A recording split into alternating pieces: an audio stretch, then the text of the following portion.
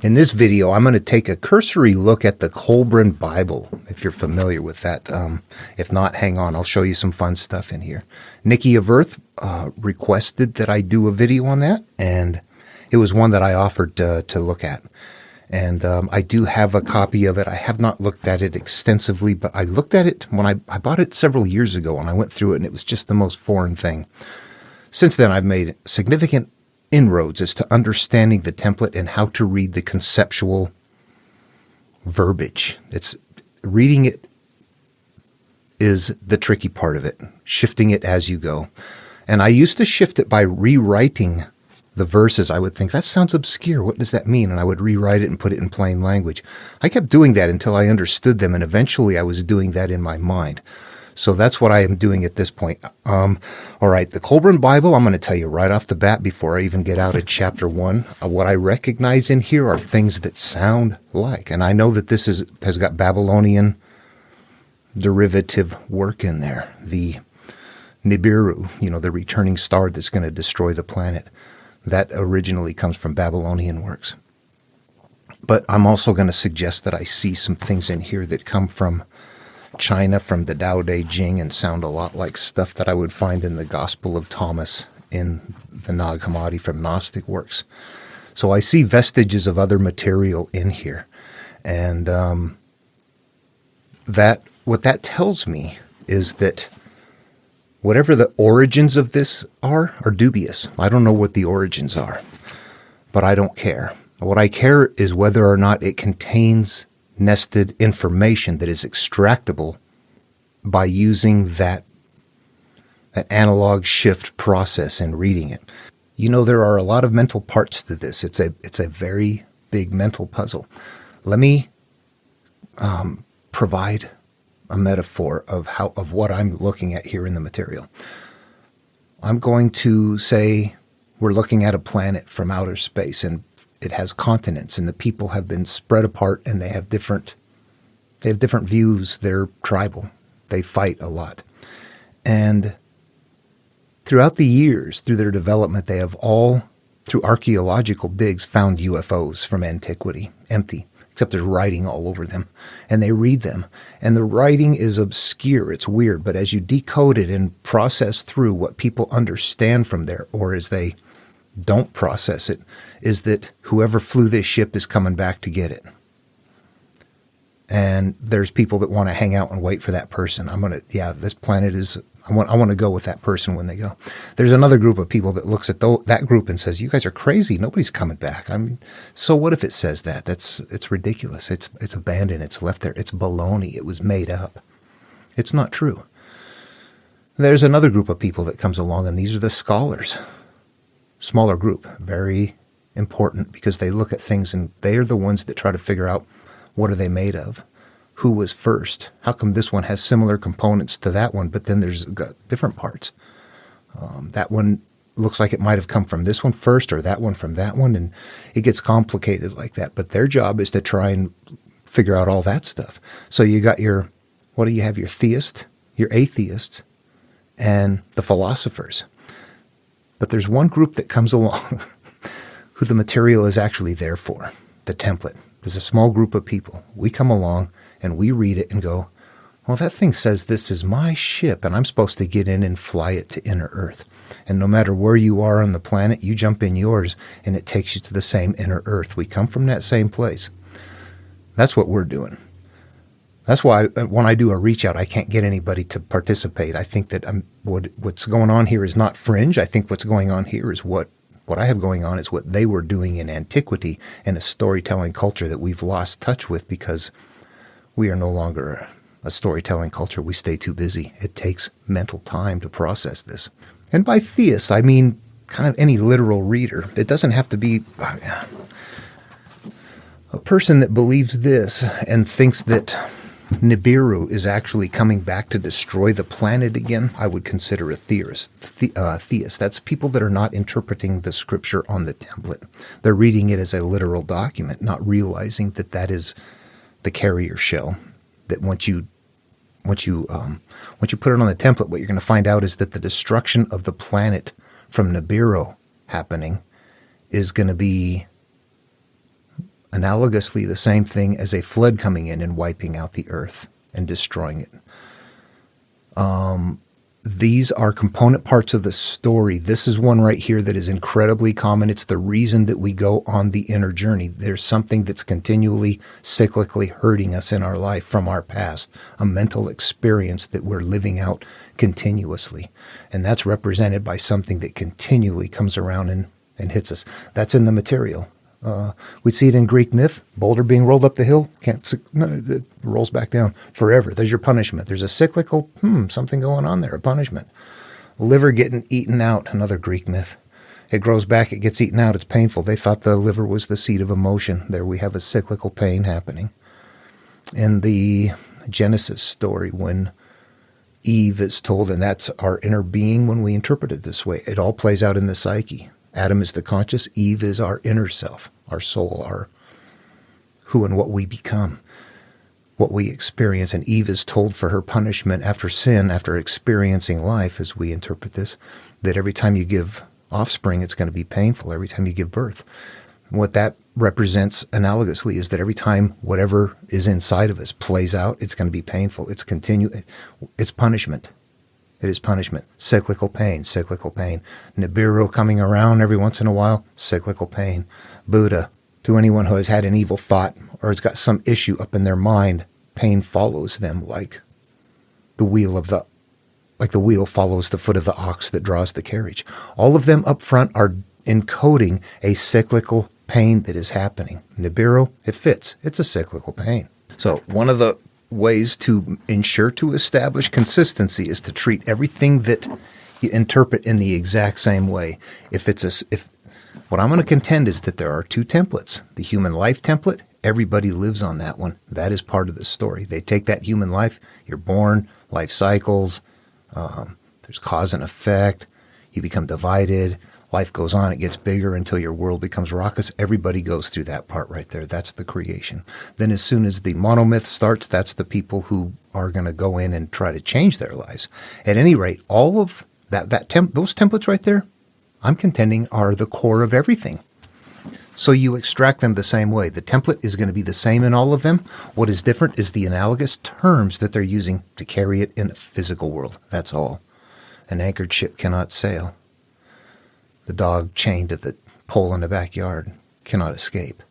Those have to be recognized as meaning the same thing. Even though they sound outward, that's for the people who can't interpret it. Those are for the theists. Those are different. My dog is better than your ship. We come along and go, it's conceptual. I'm the ship. What I'm hanging on to, I can't escape from. I'm the dog. What I'm chained to, I can't escape from. That's how we do it. Everything gets the same treatment. In that manner, everybody gets the same fair treatment. And if there is indeed a template there, we can extract it. So, that having been said, we're going to see similarities all the time. And the more things we read, the more we're going to see that somewhere downstream, Babylonian, Egyptian, whatever, I can find things in here that sound like they're on the template. They're on the template. Yeah, there's not a flood story. And Babylon, in Babylon, there's a flood story, but there's also the Nibiru story. There's multiple stories. There's multiple things, multiple times we have to go back and heal ourselves. Storytelling culture, they are creating stories on the template that are doing something that is similar. A flood is wiping out my earth. Something coming back and destroying and burning everything out is destroying my earth. There's the dog on the yard in the ship right there. We have to read them that way. That makes it a spiritual teaching. Otherwise, people maintain it as a physical teaching. Okay, we got to turn them inward. Got to enter the narrow gate. Rumi's door opens. We've been knocking from the inside.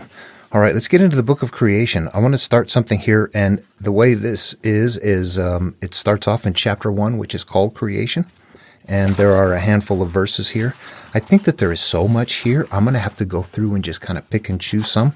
It's a huge book. I'm going to do just kind of a cursory thing. And then if anybody has any specific questions later, after I get done with this video and I show you what I see here anyway and how I do this, that if you have something in here that I haven't addressed and you're like, well, what about this verse or that verse or something, I'll be glad to look at it for you so I can move on to other work.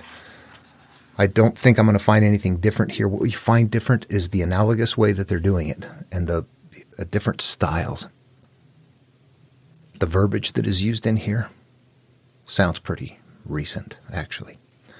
Okay, and the what was it, brass or copper plates, I don't recall which, that this book was supposedly found on. Nobody ever, all of these have very dubious starts.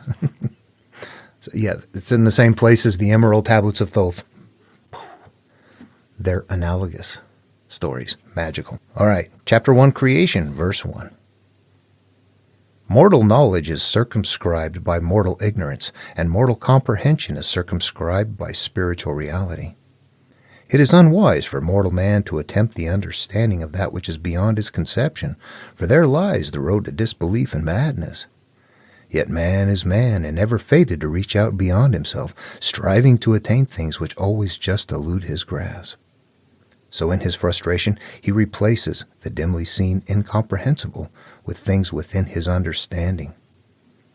If these things but poorly reflect reality, then is not the reflection of reality distorted, though it may be of greater value than no reflection at all? You know, I read these and they sound thick. I read that and go, yeah, that's very colorful. I think I got a little bit of it. Boy, I'm not quite sure. Wow, cool. Yeah, I think I got a little bit there. What I want to do here is go back and reword it a little bit. This is what I do. I want to take this first part here. Mortal knowledge is circumscribed by mortal ignorance, and mortal comprehension is circumscribed by spiritual reality. What I want to do is I want to rephrase that in a way that makes more sense to me. I'll say that these are on a template and they play out in the psyche. However, in the beginning of major works, before the creation, there's a setup, and that's what's happening here. This is not playing out in the psyche. This is doing a preparation. It's either telling us that we emerge from the vast background, which it's going to do, and in this case, what it's telling us is here, as you get into the material, is how you're going to have to approach it. It's hiding lessons in here, instructions. All right, let's look at it in closer detail. Mortal knowledge is circumscribed by mortal ignorance is the first line there. And mortal comprehension is circumscribed by spiritual reality. First, we have to determine what mortal and spiritual is. That is very critical to understand here. For the interpretation, there is no supernatural invoked at no time at all. It's too easy to get sloppy. You can say whatever you want to when you start invoking supernatural. You lose it. We can't go to some place that's unreal. We have to be able to interact with things. Show it. Demonstrate it. Mortal knowledge, spiritual reality. Mortal is going to be the physical world. Spiritual is kind of the inner being, the inner self, the inner experience. There is a reality to the way life exists. There's one bottom line reality.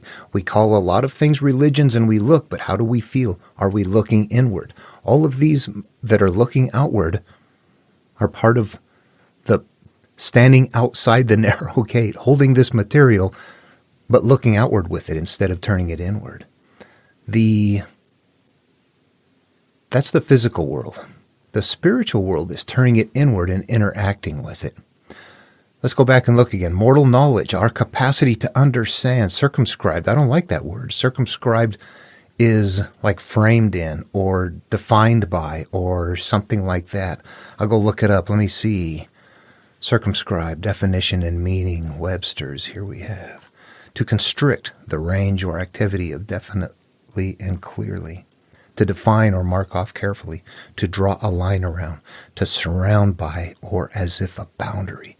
To construct or be constructed around a geometrical figure so as to touch as many points as possible. Okay. All right, I've been working on it for a little bit here. I've already reworded it. I'm just going to jump ahead. Mortal knowledge is circumscribed by mortal ignorance. Mortal knowledge, physical belief, what you believe in the physical world, mortal knowledge, what you believe about the world, how you believe life works, is due to not understanding how it works. Not understanding the physical. That's not complete in itself. It sounds kind of silly. Let's move on, though. It'll come online.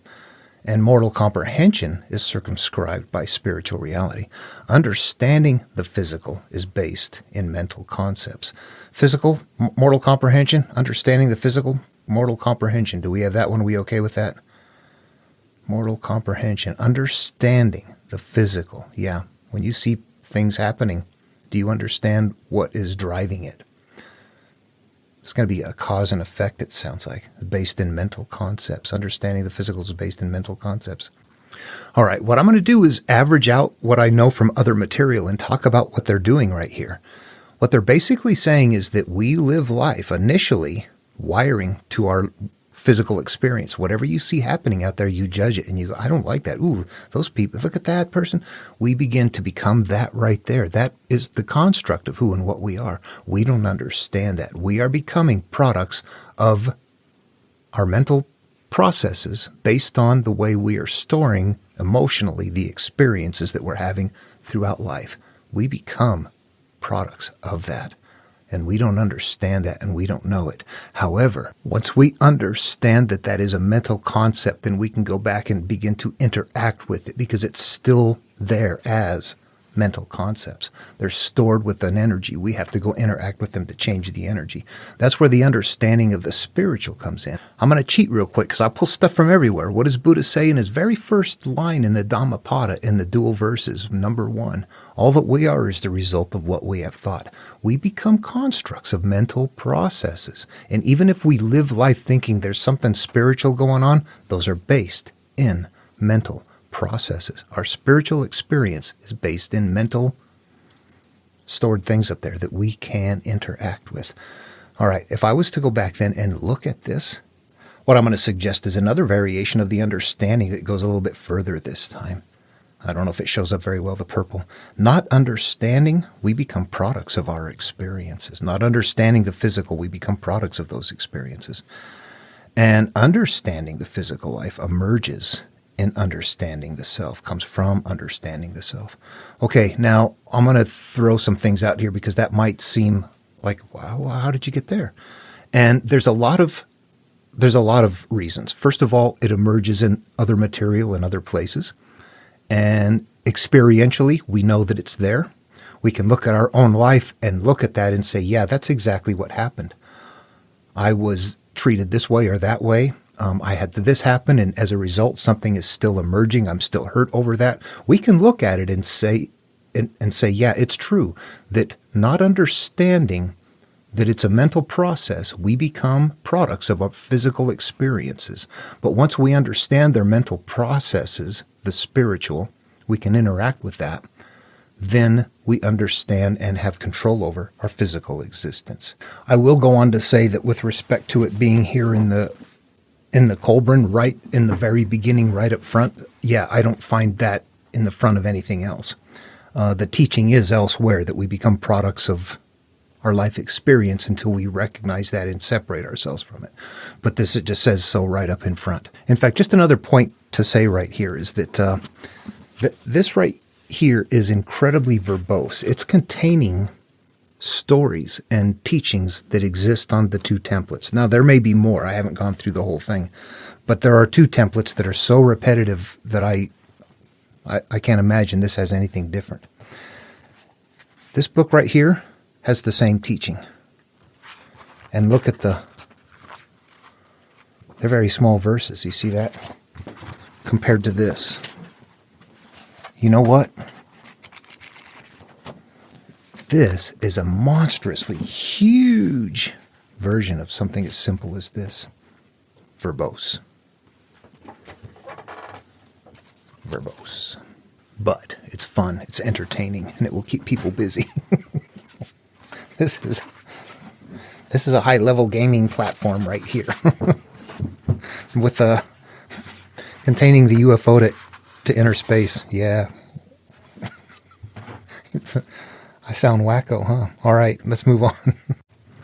Okay, given to the size of this, I'm going to kind of glaze over some of this stuff. Here we go. It is unwise for mortal man to attempt the understanding of that which is beyond his conception, for there lies the road to disbelief and madness. So in concert with what we've already established, that part right there, unwise for mortal man, that's the person that's not understanding It's not wise for regular people to try to understand something that is beyond your ability.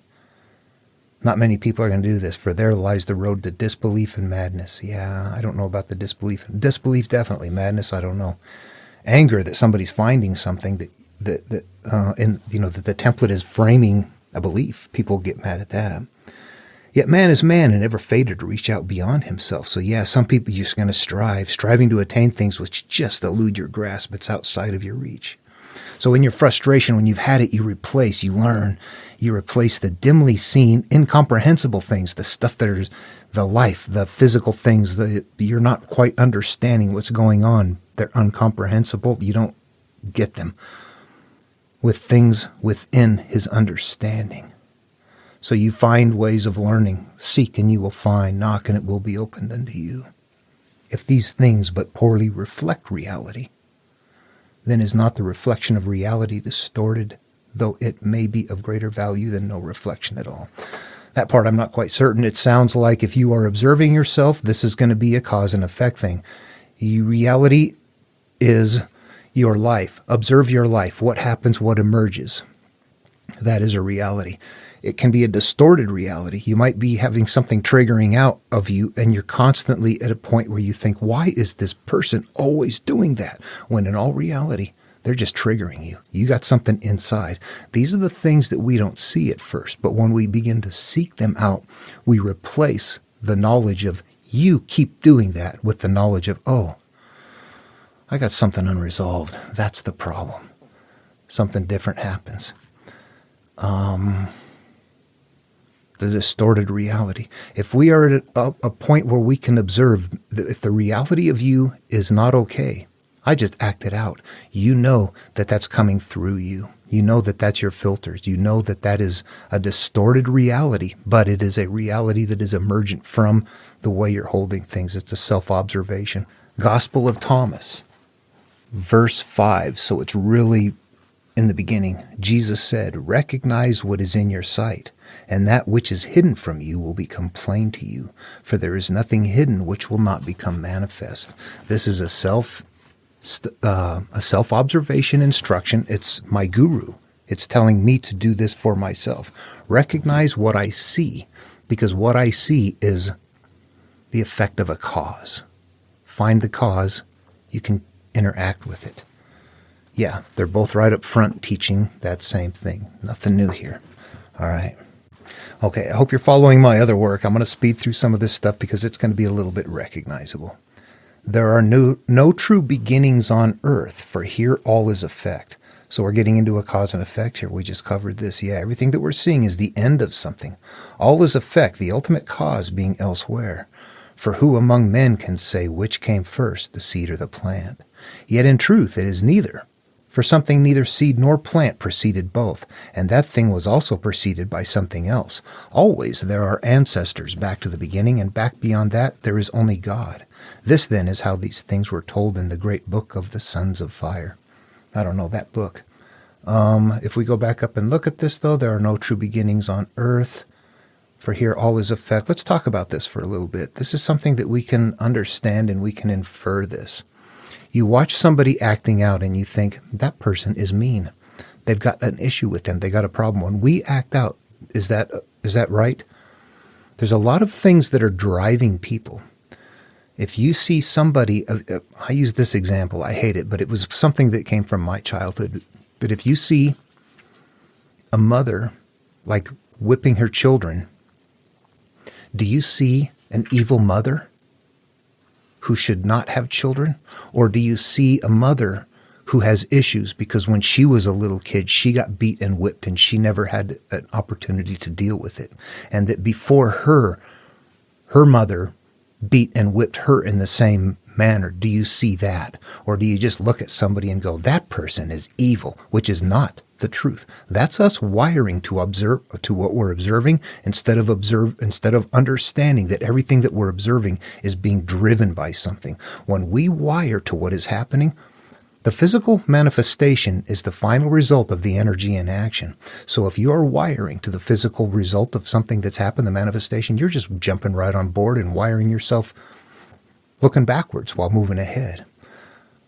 We Does that make sense? It's mental. It's mental. They got it covered here. Verse 3. Before the beginning, there was only one consciousness, that of the Eternal One, whose nature cannot be expressed in words. It was the one sole spirit, the self-generator, which cannot diminish, the unknown, the unknowable, one brooding solitary, in profound, pregnant silence.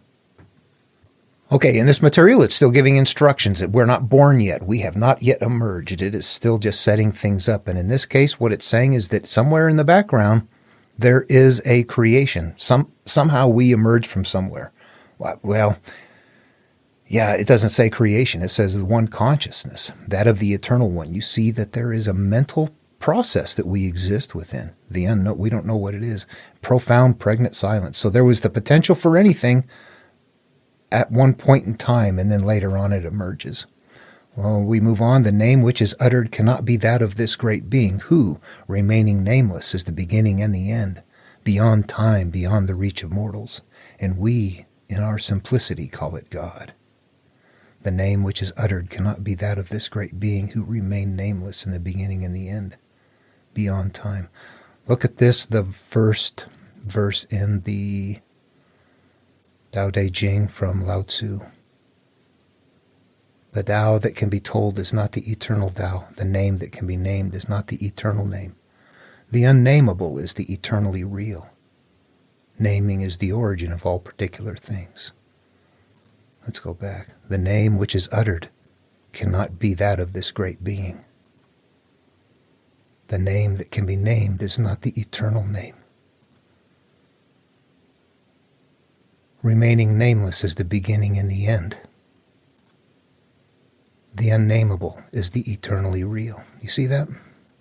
What this is letting us know is that when we arrive, we're going to be an empty package. Well, not exactly. We're going to have some things in place that we're born with that we don't have any control over. But beyond that, we're going to be an empty package. And that as we name things, as we classify them, as we qualify our life experiences in some manner that is a fixed memory and emotional state, that is naming it. If I'm a child and I have no reason to have shame, I have not named it. If something happens when I get to a point and I'm molested and I feel shame, I have now named it. Naming is the origin of all particular things. Something is being named. If nothing is named, life is wide open. Once we start naming things, we become limited to what those things are. The more we name, the more we become that bundle of stuff right there. What this is getting to right here is that in the beginning, in the purest state, unnamed, unqualified, happy child, not connected, not angry, not fearful, you got an open heart, open mind, you have trust, faith. All of those things are there in the beginning. You haven't named anything yet. This is on the human life template. Creation, verse 5. He who preceded all, remember that, preceded all, existed alone in his strange abode of uncreated light, which remains ever unextinguishable, and no understandable eye can ever behold it. The pulsating of the eternal life light in his keeping were not yet loosed. He knew himself alone. He was uncontrasted, unable to manifest in nothingness, for all within his being was unexpressed potential. You know what this is? Us in utero. He who preceded all. Everything that's going to come is going to become parts of who and what we are. The story as it unfolds is going to continue to emerge off of our life experiences. As different things are brought into it, they fit into our life experience. He who preceded all existed alone in a strange abode of uncreated light. We're in the womb, which remains ever unextinguishable. Verbose, I don't know. And no understandable eye can ever behold it. Yeah, I think we understand more today, but it's an amazing thing. The eternal life in his keeping were not yet loosed. So the pulsating Eternal life light in his keeping. He knew himself alone. He was uncontrasted, unable to manifest in nothingness, for all within his being was unexpressed potential. Yeah, I think that's just a very verbose way of saying you are infinite and being and developing. What happens next? 6, the great circles of eternity were yet to be spun out. Okay, great circles of eternity. We have cycles right there. The cycles of life, of our existence, have not come online yet. To be thrown forth as the endless ages of existence and substance. Everything in our life is going to continually cycle. This is setting up just teaching about that. They were to begin with God and return to him, completed in infinite variety and expression. God, the existence of all. Everything in this universe moves in cycles. We move in cycles. Everything is in cycles. This is basically saying life hasn't started yet. Earth was not yet in existence. That is our earth. That is our world. When I talk about creation and I talk about a creation of Earth, that is not the creation of planet Earth. That is the creation of my perception of planet Earth, my experience to planet Earth. Earth, my awareness, my connection with reality was not yet in existence. There were no winds in the sky above them. The division hasn't happened yet. Our minds are, we've got parts of us, physical, mental, different parts of mental. None of that is being developed yet. We have the mental part, sky above them. High mountains were not yet raised. We don't have physical, nor the great river in its place. That's what emerges from us. All was formless, without movement, calm, silent, void, and dark. No name had been named, and no destinies foreshadowed. Destinies foreshadowed. No name had been named, and no destinies foreshadowed. Where do I get that from? Okay, it was close. It's good. It's good. The Enuma Elish, Tablet 1. At a time when even the glories above had yet to be named. Nothing has been named yet, and unuttered was the word for which lay beneath. Nothing has been named yet. It was then that the first being, Apsu, who was their source, yourself in the womb, and the progenitor Tiamat, the mother who gave birth to all, intermingled their waters, producing neither field nor marsh. At a time when no divine beings had yet come into existence. There were no names to be spoken and no fates pronounced. No fates pronounced. What does that sound like? No name had been named and no destinies foreshadowed. No destinies foreshadowed. No fates pronounced. Okay, so just some more fun alignment things from the Kolbrin Bible there. We've got no name had been named and no destinies foreshadowed. From the Enuma Elish, there were no names to be spoken and no fates pronounced. What do those sound like? No name had been named, there were no names to be spoken, and no destinies foreshadowed, and no fates pronounced. They didn't even cleverly hide that one very well. It's just kind of reworded the same concept. But that is exactly what is happening throughout. The rewording sometimes is just very whacked out. It's hard to find these ones are easy to see. These ones are easy. So the fate that they're talking about here and the things that have been named is you have an experience, and because of that experience and that belief, that continually throughout your life is a part of you. Once something has been spoken, once something has been named, once something has been, I hate that, you will continue to experience that as a part of your destiny unless you change the hate. That's what they're saying here. This has not happened yet. We're, way, way back. We haven't started living life. We're showing up, but we haven't started living life yet. 8. Eternal rest is intolerable. That's where we are in the beginning, eternal rest. We don't want to be there. And unmanifested potential is frustration. Into the solitude of timelessness came divine loneliness, and from this arose the desire to create, that he might know and express himself, and this generated the love of God. He took thought, and brought into being within himself the universal womb of creation, containing the everlasting essence of slumbering spirit. Okay, we know this is us. This is a colorful way of coming into being. It's a little bit different than creation of Adam and Eve, but what this is doing is creating the individual. If we go back and look at this again, we see that into the solitude of timelessness came divine loneliness. Yeah, this is just all colorful, fancy, over-the-top verbiage. There's too many words in this thing to explain what needs to be explained on the template. there's a lot of words in here to make it pretty and big. And from this arose the desire to create. We want to emerge. We want to function. We want to be mentally functional humans. We want to create our own life existence.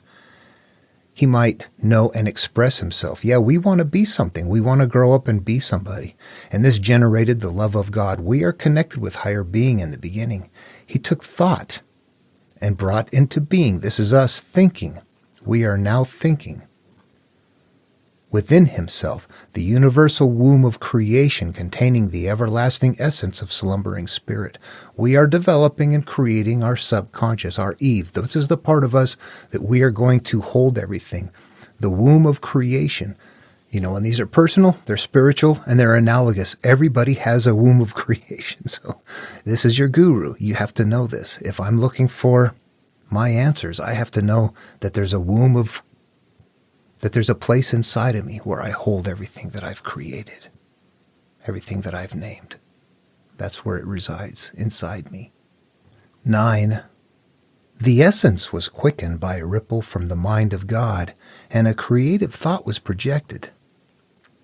This generated power which produced light, and this formed a substance like unto a mist of invisible dust. It divided into 2 forms of energy, through being impregnated with the Spirit of God and, quickening the chaos of the void within the universal womb, became spun out into whirlpools of substance. From this activity, as sparks from a fire, came an infinite variety of spirit minds, each having creative powers within itself. Does that sound like it plays out in our psyche? It does.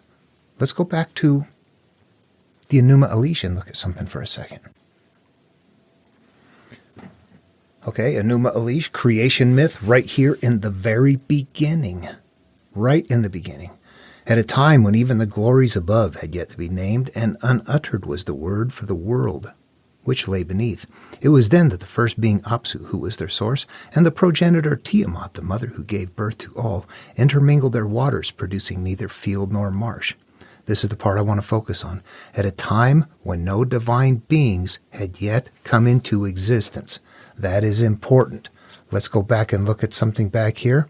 From this activity, as sparks from a fire, came an infinite variety of spirit minds, each having creative powers within itself. Okay, those two are going to be the same thing, but at different times in the sequence of a person. At a time when no divine beings had yet come into existence. The divine beings are analogous terms meant to represent our own qualities and characteristics. I love. I trust. I'm honest. I have qualities. I share. I have all kinds of wonderful things about me. I also want. There's qualities that I'm going to have that they're calling divine beings here.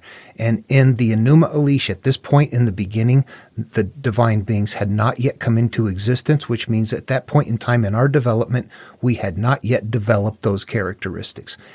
It's going to come about later. In the Kolbrin Bible, what they're doing is they're showing that afterwards. At this point, they're saying, from this activity, as sparks from a fire, came an infinite variety of spirit minds, each having creative powers within itself. Okay, and what we're going to find out as we move along is there's if you were to read the Enuma Elish, those gods end up having to be destroyed because they get out of control. They're too loud. They get raucous. In Genesis, they don't do that. It's a monotheism. Can't have gods. So we're going to have people that go bad and become sinners. They have to be destroyed. Still carrying the same concept. It's just humans instead of gods. In the Enuma Elish, they start off with gods because they're so powerful you can't defeat them until you wipe them out. Then what happens? Humans are created instead, and the god's in charge. Before, it gets an inverted sort of a thing going on. Okay, well, I wanted to say that at that point, that is what is happening here. As those beings are coming into existence, that represents us and our qualities and characteristics coming into existence. Yeah, that's it. And if you think about the representation, some of them are evil. If you are either you've been on a search, you're on a search, you're getting ready to go on a search, somehow you have some grasp of what this is, the inner pathway and the inner healing thing is really all about. if I've been hurt and I haven't dealt with that and it continues to act out, that is a being. That is a bad God. That is a bad human. That is something that needs to be destroyed. Story components. That's all. The template still holds the same thing. You have to go resolve what you don't want to deal with, because that's what hurts. However, I'm getting ahead. This is creation. What I'm talking about as far as going back and healing doesn't happen until the second myth picks up, what's called the monomyth, or I recognize it as a self-healing path. Creation, verse 11. Time no longer slept on the bosom of God, for now there was change. Where before all had been unchanging, and change is time. Now within the universal womb was heat, substance, and life. Encompassing it was the Word, which is the law. Okay, universal womb, that's us, substance and life. Encompassing it was the Word, That is us, the Word. That is us deciding what things are. We are now growing and developing. And then the Word becomes law.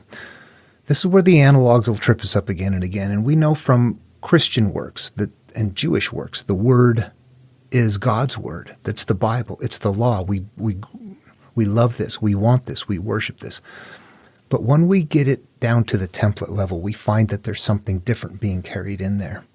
That the Word is, and the law is, what we have decided upon is our life experience. And that doesn't mean our conscious decisions at that moment. Oftentimes we are living in a state where we are having experiences we don't like, we don't want. So it's not our conscious thoughts at the time. It's the experiences that we have stored from our past that have got us messed up, that we don't have resolved. That becomes the law, and that becomes your life. The Word becomes the law. Your stored perceptions becomes your life experience. The command was given, let the smallest of things form the greatest, and that which lives but a flash form everlastingness. Thus, the universe came into being as a condensation of God's thought. Remember, the universe coming into being is our universe coming into being. That is our experience of the universe coming into being. Back at the top, let the smallest of things form the greatest. Yeah, a mustard seed, whatever stuff grows, good, bad, or indifferent. Little things that are left in place continue to get bigger. This is still establishing the rules and telling us how it's going to work. And just look at that for a second there. Let the smallest of things form the greatest, like we were just talking about, and that which lives but a flash form everlastingness. One little thing can mess us up for life. This doesn't always mean good stuff. This is how it works. It's establishing the law. And by that I mean universal law, how the cosmos works. So yeah, we have little things here. Little stuff turns into big things and they last forever. This would be like the smallest things, a mustard seed, which grows up into a big thing. Anything, no matter what it is, whether it's good or bad, you can have a good tree, you can have a bad tree. The little stuff that we put away as children and never deal with end up haunting us later in life and becoming so severe that it can, in some cases, give people health problems when it's simply just carrying worry. Thus, the universe came into being as a condensation of God's thought, and as it did so, it obscured him from all enclosed within his solidifying creation. God is the higher being, where we emerge from. We have a mental connectivity to this place. We can reside there. That's one of the 5 things in the other video that I talk about, is really working and focusing on that, how to experience God in our minds. That's what we need to do. That's what we need to live from. But at this point in time, when we're little, we don't have consciousness. We are connected with God. As we begin to develop consciousness and look at the world and life, we are no longer turning inward. We're now turning outward to the physical. And as it did so, it obscured him from all enclosed within his solidifying creation. All enclosed is everything that we have inside of our minds. That's not all the people enclosed on the planet. That's everything that we have enclosed inside of me as the creation. Henceforth, God was hidden. I lost contact with my higher being, for he has always remained dimly reflected in his creation. It's still there. He became veiled from all that came forth from him. Creation does not explain itself under the law. It cannot do so. Its secrets have to be unraveled by the created. We have to find our way back to God through this. The material can take a long time to get to the point, but in a nutshell, here's what's happened. We've got our higher being, our connection to that up there, and then our life experience, our physical life, and how we experience life. And if we have nothing in our memories, we just experience life openly and freely. As we begin putting things away in our minds, we're still creating our life experience, but we're creating it through the filtration of the things that we're holding up here. That is when we get obscured from God. We can no longer see God anymore. This massive life experience that we're living through, not knowing that we're doing that, is in the way. It's veiled. It's a curtain that's rent between us and the Holy of Holies, our higher self. It is truly, it's the metaphoric third eye. This is how we see life through this up here. And in order to have life and see life clearly, we have to take that out, right? Clear the wood out of your eye. Take the mote out of your eye. How do you find people that don't interpret it? Find the people that are, talking pituitary gland and water sources. You'll find people that are their version of Pharisees, people that aren't interpreting it, the carriers of the templates. Quite honestly, without going any further, what I can see here is that I have exactly a replicated product, a template, with a different product, a very big, verbose, and complicated product. Yet, it is nevertheless visibly doing the same thing. The way of playing them out in the psyche, once you establish that, it's pretty easy to continue to do this. Let me move on and do a few more. I don't think I want to go beyond an hour on the video, but you can see that this one could take, oh my gosh, you could spend your career just doing this, and it's downstream. To be quite honest, I think now that I've found the templates and found how they're creating the stories with the analogs, that I could pretty much grab anything. The analogs are the hard part. It takes a while to see things. You can spot cycles. You can spot cause and effect. You can spot the emergence of things. You can spot weird things that you read and go, okay, I see what they're holding in there. They're nesting something cryptic in that teaching. And this isn't the right video, but there is one template variation that I find, and that is that every teaching Greek myth has a creation myth and then monomyths. Judaism has a creation myth and then monomyths. And downstream from there, Christianity, for example, is going to have monomyths, but it's not going to have a creation myth. It can't. There was already a creation. Same with Islam. So there's times where you're not going to have a creation myth in a storytelling culture. You might have something, a story circulating word of mouth that is not in a big document, and there's no creation myth with it, without all the rules and whatnot.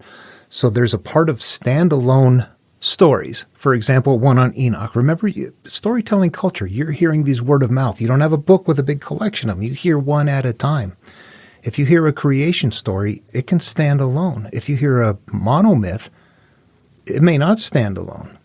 In big stories like in Enoch, where it is a Jewish it's a Jewish story that fits under Jewish creation. However, it's not going to be bundled with Jewish creation. It's going to be told by itself. It is a monomyth repeating monomyths without the creation. So, how does the person getting the story know what rules to follow and get the instructions? So if you look in Enoch, even though there's not a creation, it'll still start off with some odd things in there that are showing cause and effect, cycles, things like that. In a case like this, it's straight. It's meant to be standalone. They're doing a creation myth right now. They're a long way into a creation myth, and we haven't even been born yet. It's still setting up conditions. Okay, so far I've set up, done some interpretation and then set up showing how I do it and what I do and how I come up with it. And the video's already so long now, you can see it takes a little bit to kind of get your head wrapped around the process of what to do. And it's taken a long time. Like I said, that verse I did, that first one where I reworded things, I don't know how many times I reworded the entire Gospel of Thomas years ago trying to figure it out. It took a long time, and then finally your brain wires to see that. It's almost like you've taught yourself the language that they're using. It's taken too long. I'm going to jump around because, I won't get very far. And I think you're seeing that there's something here that is not unusual. If we go to chapter 2, we get into the birth of man. The love of God penetrated the third veil and became the seed of souls within the soul sea. The body of man, God made of water and things of the earth, breathing into him the spirit of life that he might live. We're born. But man, when young, lived only to eat and drink and to fornicate. Man means every human. When young, lived only to eat and drink and to fornicate. For being conscious only of the earth, he knew only earthly things and of earthly ways. Okay, there we are. We're establishing, again, that now we are having life and we're living life unaware and experiencing life based on what we see and deciding that life is based on what we see and what we have chosen along the way without realizing that we're looking at the end of cause and effect and that we're wiring to something that's finishing up. We're not seeing what is really driving it. We're seeing what's finishing it, and when we judge to it, we're just joining it in the energy world. That's going to go on through here. What happens chapter 3? Destruction and recreation. It is known, and the story comes down from ancient times, this is from Babylonia, that there was not one creation but two, a creation and a recreation. It is a fact known to the wise that the earth was utterly destroyed once, then reborn on a second wheel of creation. Babylonian flood myth, the Atrahasis. At the time of the great destruction of earth, God caused a dragon from out of heaven to come and encompass her about. See, this is a different one. This is not the Atrahasis. This is where Nibiru comes, every 12,000 years or whatever and destroys the planet and it starts over again. But what that is doing, this is a destruction and a recreation is what this is right here. This is an analogous story, not a real story, not a physical story, not a historical story. This is holding the idea now that we've got to a point, we set up all the conditions in chapter 1, then we're born. Now what happens, life has gotten so crazy that we need to reflood it again, and now we've got a destruction coming. And it's sequencing on just the same way if you're reading Genesis or Babylonian works or something like that. Anyway, all right, I'm going to finish up this video now then. Do you see what's happening there? And like I said, I'm not going to spend time doing this. I have it on the shelf, though. If you read anything and you're like, oh my God, I can't get my head wrapped around this one, and you want me to take a look at it, I'd be happy to. I don't know that I'll find the answer. We just poke and prod at things. And as far as I know, I'm the only one doing this, and I wish there were more people because there's so much out there. All I can do is look around and go, oh my gosh, it's a disparagingly high volume of stuff from antiquity that is